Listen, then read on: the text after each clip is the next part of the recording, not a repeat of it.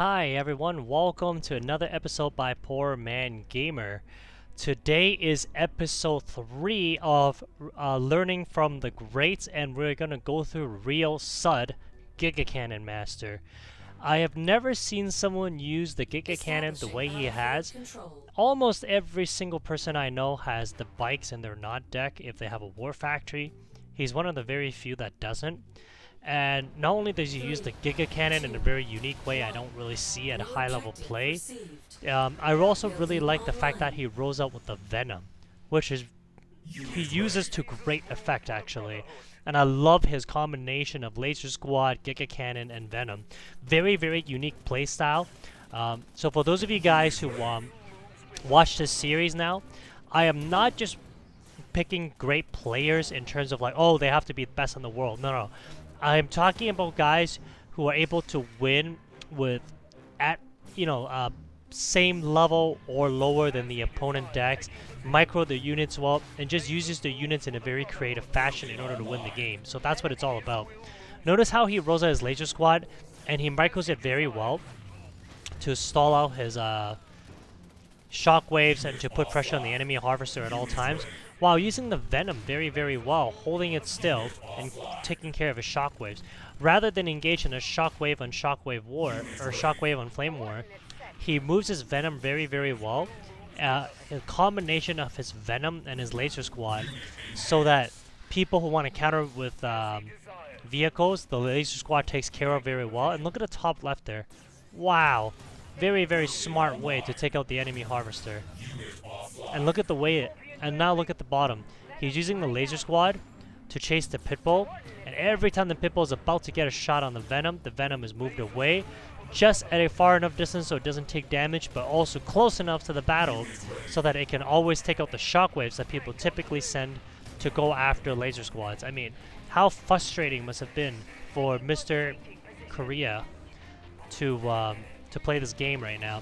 And now out comes his Giga Cannon. Notice how he's got complete map control. He's using the Giga Cannon very, very smartly. He charges it up, and look how quickly he's able to clear the deck with everything, right? And at the same time, he doesn't seem to mind losing his Venom here, because I guess he wants to roll out a stronger one. Very, very creative use. I think I'm actually going to steal this deck and see if I can emulate it, because I have yet to find a Giga Cannon deck that is viable. And I love how he constantly uses the Oxana charge to give the Giga Cannon the speed and the charge up it needs to get full power. I mean, look at that. That's crazy. I mean, that's complete map control. And I really, really love the way he used the Venom in the beginning to give him a massive, massive advantage. See, instead of engaging opponents head-on with a lot of tank battles like you normally see, he uses his Laser Squad and a combination of Laser Squad, Venom, and Giga Cannons to blow everything up. Look at this. Brilliant. Right? And I never realized that the Venom was even a viable unit at high level play. And he also times his missile very well. Obviously in this case he's going to win. He's dominated Korea this entire game. Right? So very, very fun to watch. I love the Giga Cannon personally. I just haven't been able to find a good use for it. A lot of people use Giga Cannon. They use all sorts of weird combinations. I'm less impressed with his GDI deck because, yes, I know he's won a lot of games with his GDI deck, but he just is so overpowering too. So we're going to look at the one only. Truthfully speaking, he didn't really play good games. Good player, not a great player. The one only, I think that's how you say his name. Yeah, so not a perfect example, but he does play his first game here a lot better than the second one. So if you take a look here, that both sides open to the Harvester, not a lot happens right now, and out comes the Cyber Wheel.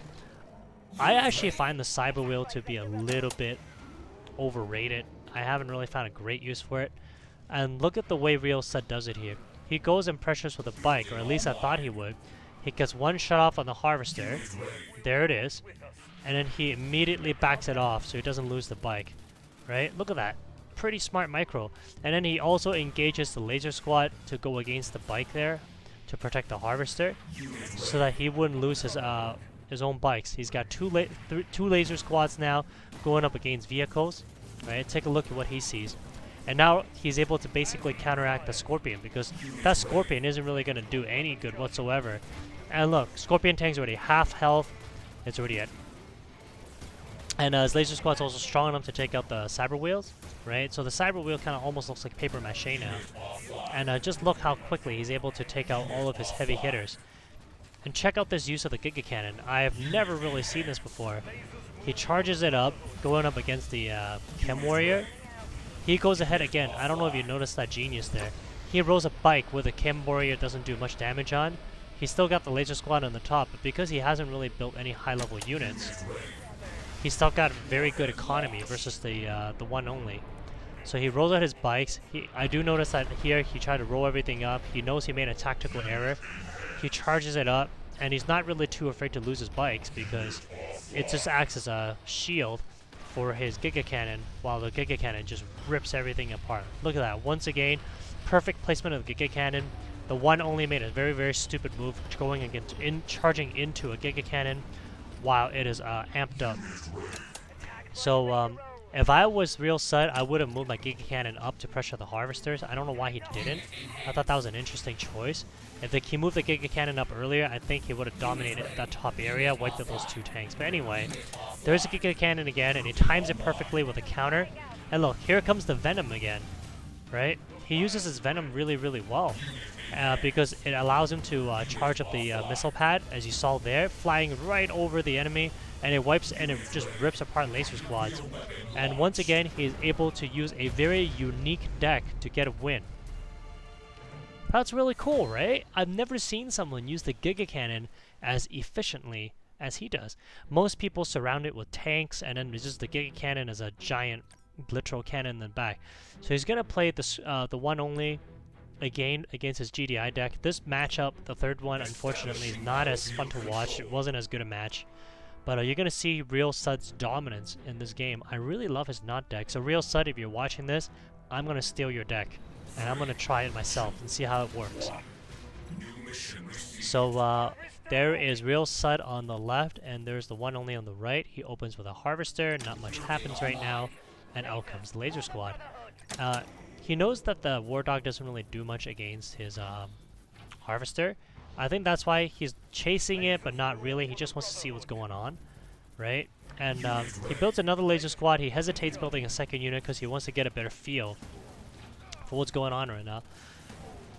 I know that I advise people to always scout with War Dogs or 10 Tiberium units. Personally, I have actually shied away from it now because I have found that it can give you an advantage in the beginning of the game, but as the game goes on, because those units itself is so weak, I have trouble finding a good, strong use for it. And so I've actually abandoned it in most of my decks now. So that's really the primary reason, is I don't know what to do with it after that initial scouting. Right? I don't want to waste one card slot, one unit slot, just for a single unit. Just a scout, sorry. So there's his Giga Cannon. He plays the matchup really well. He's able to protect his Harvester. The Giga Cannon does obviously great work against War Dogs. And out comes a Venom. He knew that how do I say it? The Flame Squad, he knows it doesn't hold up well against the War Dog. And so he actually builds a Venom here, which is a very, very smart counter. And I thought that was great. He just predicted what the opponent was going to do. A Flame Squad would have been taking on quite a bit of damage against those War Dogs, but instead that Venom allows him to hold all 3 missile tiles. He sends his bike down, and here's the genius of RealSud. He's not always about winning the matchup, he's also about not losing the matchup. When you send bikes against Shockwaves, he doesn't lose that matchup, and it gives him a huge advantage. And now the one only is very desperate. He sends out a whole bunch of War Dogs that really doesn't do anything. And notice how RealSud did not send a Flame Squad to protect, to go against the infantry. He sends the Venom. Very, very unique. Something that you don't see very often.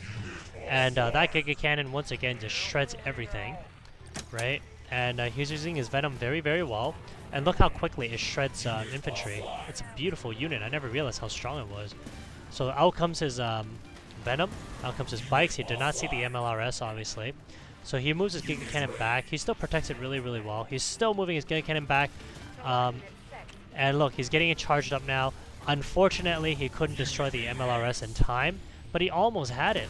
And look, that Venom is still doing work.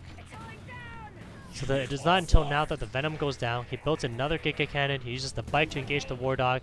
He's using his laser squad to try to take care of the MLRS. Take a look at this here. The one only made a huge tactical error. If he kept his MLRS in the middle of the map and controlled it, there was no way RealSud could have broken through and gained control back of the map. He would have had this second missile. The one only got desperate trying to snipe that Harvester. Right? I don't know why he was so obsessed with that Harvester. That was his big mistake. He should not have done that. He should have tried to win the second missile and focus more on winning it. Instead, he does something idiotic, which is trying to go after the Harvester. Even though I believe he wins this second missile, he could have destroyed more of RealSud's units, and it would have been even more dominant. There's the Giga Cannon doing work again on the top. He loses it, but the Venom does a great job countering all those jump jets. And look, Laser Squad take out the Pitbull. He knows he's going to lose that Harvester, but he has a big enough economy that he doesn't even seem to matter anymore. So once again, he rolls out the Venom. He uses the Giga Cannon to control the middle. The Venom is going to take care of to protect his base. And look, he's gambling that he can't destroy the base fast enough with the jump jets. The one only, make up your mind. You know, if you're going to go after the enemy's base, you either go all the way and don't quit on it, right? Commit all your units, and you caught yourself caught in between there. You totally had a chance to win this game. And RealSud, I felt, played a really good game. Once again, dude, congrats on figuring out a Giga Cannon deck that is viable. So for those of you guys who want to use a Giga Cannon, this is what he's using. Laser Squad, Flame Troops. He uses a combination of bikes and cannons, or uses a Scorpion tank, Giga Cannon, and then the Venom.